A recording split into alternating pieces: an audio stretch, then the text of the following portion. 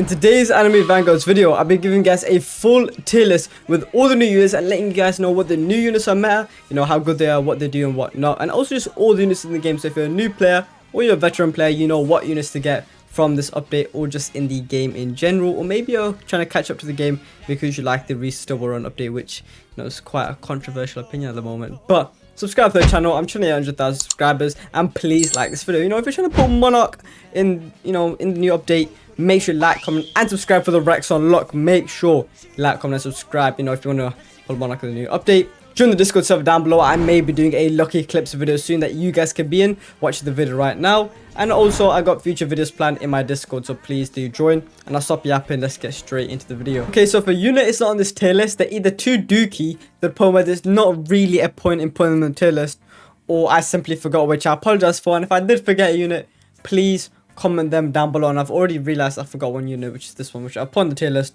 when we get to that point. But B tier, then this is basically, if you just started the game, you want a unit to, you know, help you clear the story and whatnot. And basically, these legendaries are kind of the best ones to do so. So Goku Black, Itachi, Kizaru, Nobara. Okay, so that's kind of the star units. And you got supports, which I need to put in new Marquee. Where is he? Here, into the supports tier. You know, it's like around here. These are all the good supports. They're not meta, and they are better supports, but these guys are pretty nice, I guess. But they're not too crazy. I wouldn't summon for them particularly. Same with these mythics. I would not summon for any of them in particular, other than maybe Sung Jin Woo if you have Igris with a good trait and you want to run the combo. Then go for Sung Jin Woo, but even then I wouldn't go for the rest of these. If you have them, they're cool. If you're struggling, evo them, but don't prioritize them too much, okay? So they're cool mythics, but you shouldn't really prioritize them or go for them that badly. If you get them though, they're not that bad and they will help you out, okay? Now we have S tier. Now S tier, it's a little bit of a jumbled up tier, and it's a little bit inaccurate if I'm going to be honest, because the problem with S tier, there's too many variables. Now what I'm trying to say is, then you've got infinite mode, okay? You've got story and progressive modes, then you've got tournaments. Because for example, like what's like a good example of this here? Here, this guy could be all the way at the top when it comes to infinite for being burn support. Same with Jogo. Jogo could be all the way up here when it comes to infinite, but when it comes to story, they get all the way pushed back down. It's like Okurin, very, very nice. He does a lot of damage, but he is line AoE. We got Gyro, who's news pretty good, but he's not the best unit of the update. He's not insane, but he is a pretty cool unit, I guess. Same with Johnny. Johnny's like a bit, like, it's a better version of Gyro to an extent. You could say Gyro's better, but the thing is with Gyro, you have to like run around and collect the steel balls just for him to be better than Johnny, which is effort, bro. You know what I'm saying? Then you got Tengen. Tengen's full AoE. You could say he's better than both of them just because he's full AoE, but then his damage is worse than both of them by a decent amount. So it's up to you whether you say they're better or worse. Overall, they're both, but like, they're better and worse in different situations. You got Chozo, who's a full AoE bleed. You could say he's worse just because of the damage, but technically the full AoE and the bleed, I would say, makes up for it just about. People would think maybe Momo goes up here. Say with Psycho goes maybe up here, but it's up to you, I guess. But they're not too far off. And S tier, if I had to say, if you needed to get some units from S tier, probably Chozo, just in case you don't have Alucard, and Okurin, in my opinion. You can't get Rengoku anymore. I mean, you could get Jogo, I guess, if you're gonna go for infinites, but other than that, you don't really need them. If you're in tournaments, then maybe get Tengen. But other than that, you don't need that many from S tier. Now, we're still going to move on to the new meta units. So, one of the new... Oh, it doesn't matter that. It's not that serious. But one of the new meta units is going to be Diego. Now, Diego, you could even say goes into SS tier. But meta support, damage, whatever. He does good damage. Low SPA range is pretty good. His AoE con's pretty good. And he has the world ability, which is very, very nice. Not only is he a cool looking unit with a cool ability, he is a very, very good unit. So it does good damage, and on top of the good damage, he's also got time stop or whatnot. So the two hardest units of the update to obtain are the best units of the update. How surprising. Wow. You know what I'm saying? They are quite nice. I definitely recommend you get Diego, especially Diego, because not only is just cool, his cosmetics cool and whatnot. He is a good unit. He is a meta unit. Okay, so I highly recommend you get everyone in meta support. Obviously, Diavolo you might not get since he's very, very rare. Obviously, he's broken. I don't think you need an explanation. He's that rare for a reason. I could give like a 10-minute glaze, but why would I do that? You know he's broken. So let's see you need to the game, which you can't get this her anymore. She's a buff. She buffs your range and damage. think, or I forgot, but you can't get her anymore. She's from the first battle pass. Okay, so you just start the game. Which supports do you go for in the order you should be going them for? Okay, so you should get Speedwagon, you should get Terracotta, you get Crocodile, you should get Sasuke.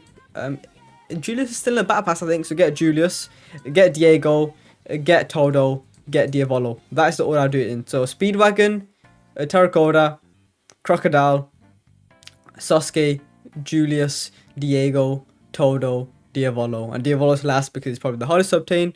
And Todo's second to last because he's not the best. And he's very, very situational, okay? Now, last tier. So, speed run through this. If I'm speaking too fast, please comment down below that I'm speaking too fast. And maybe you got some questions or whatnot. We probably don't. But this is the SS tier. So, for at the bottom of SS tier, we've got a Funny Valentine who's very, very good, and probably what you want an explanation on. So, Funny Valentine, his ability, a lot of people get confused on it, but basically it's kind of the same as his manga's ability, which makes sense. You can basically spawn a bunch of clones as long as he generates the thing, like the flag. I don't know what you want to call it, but as long as he generates them, you can place clones on the map and they'll do damage temporarily, which becomes very broken because let's say you have a Monarch Funny Valentine and you place on all his clones, you could do like 150k damage. It's like the same as Funny Valentine having 150k damage kind of. So yeah, it's very, very good, but I wouldn't really say he's good enough to go all the way up here or something. Maybe you could put him here or here, like around there, but even then I feel like Toji would have a little bit more use. And then obviously Vegeta. Vegeta is obviously not insane damage. He's the cheapest unit to place in the game, and he's very, very convenient in many different areas of the game. So he's obviously going to be up there in SS, but he's also always going to be at the bottom. Okay. Then we've got Toji. Now Toji's high up just because he's good. He's useful in the new event, and he's you can get him to full AoE at some point. And he just instantly breaks shields. So every time he hits a unit, the shield's automatically getting broken by Toji. So very, very broken. He instantly breaks shields. And that's why he's pretty much always going to be an SS tier when he's at the bottom or when he's at the, you know, a little bit higher. So yeah, Toji's just insanely overpowered. So yeah, Funny Valentine, I don't know. You could say it's higher, but like a lot of debate around it, if I'm being honest. And then you could say like this, maybe, I don't know, but breaking shields, it's like they're both situational units, so it's kind of opinion based.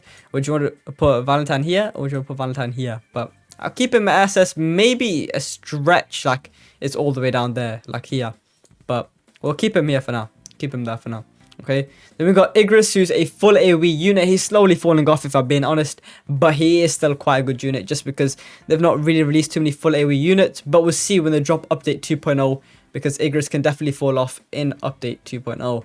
Okay, then we got Sukuna. Sukuna, I don't think we need to talk too much about. He has a broken ability, Dismantle. He does, actually, does he do, I don't think he does, but I think he does he do bleed? I think so. Either way, he's very, very broken. He does a lot of damage. He's not full AoE, but his AoE count is massive, and his ability is quite broken. And he's two different typings, meaning he's probably going to be used in multiple tournaments. He's meta infinite, and he's in a progressive is not as good, but still very, very nice. And then you've got Alucard, who's pretty much always going to stay at the top because he's the cheapest unit to get full AoE bleed, and he has a passive that no other unit has, which is Wounded, which makes all the enemies take 20% more damage, which is insane. So it's just a very, very good unit. It's meta support in Infinite and meta damage assess or whatever in progressive modes like story. So it's always going to be high in SS, even if he slowly starts to drop down. Then he'll still be up there, you know what I'm saying. And then we've got Gojo, still the best unit in the game. You know, he's full AoE, he has this broken infinity ability, which you can assume what it does, just, you know, time stop void, whatever you want to call it. It's just broken, okay, it's nothing's going to change with that. And I feel like the meta's mostly going to change when they drop the 2.0 update, which hopefully doesn't take about 4 weeks, because at this point I feel like AA is going to come back before the 2.0 update even drops, which, you know what, I'm kind of hoping for. I want to play AA, but subscribe to the channel. It's a quick tier list, quick video, so please subscribe. Let me know if you found it useful. If you've got any comments, let me know in the comment section down below, and either I reply or some other people reply. Make sure you like the video, and I'll see you guys in the next video. Peace.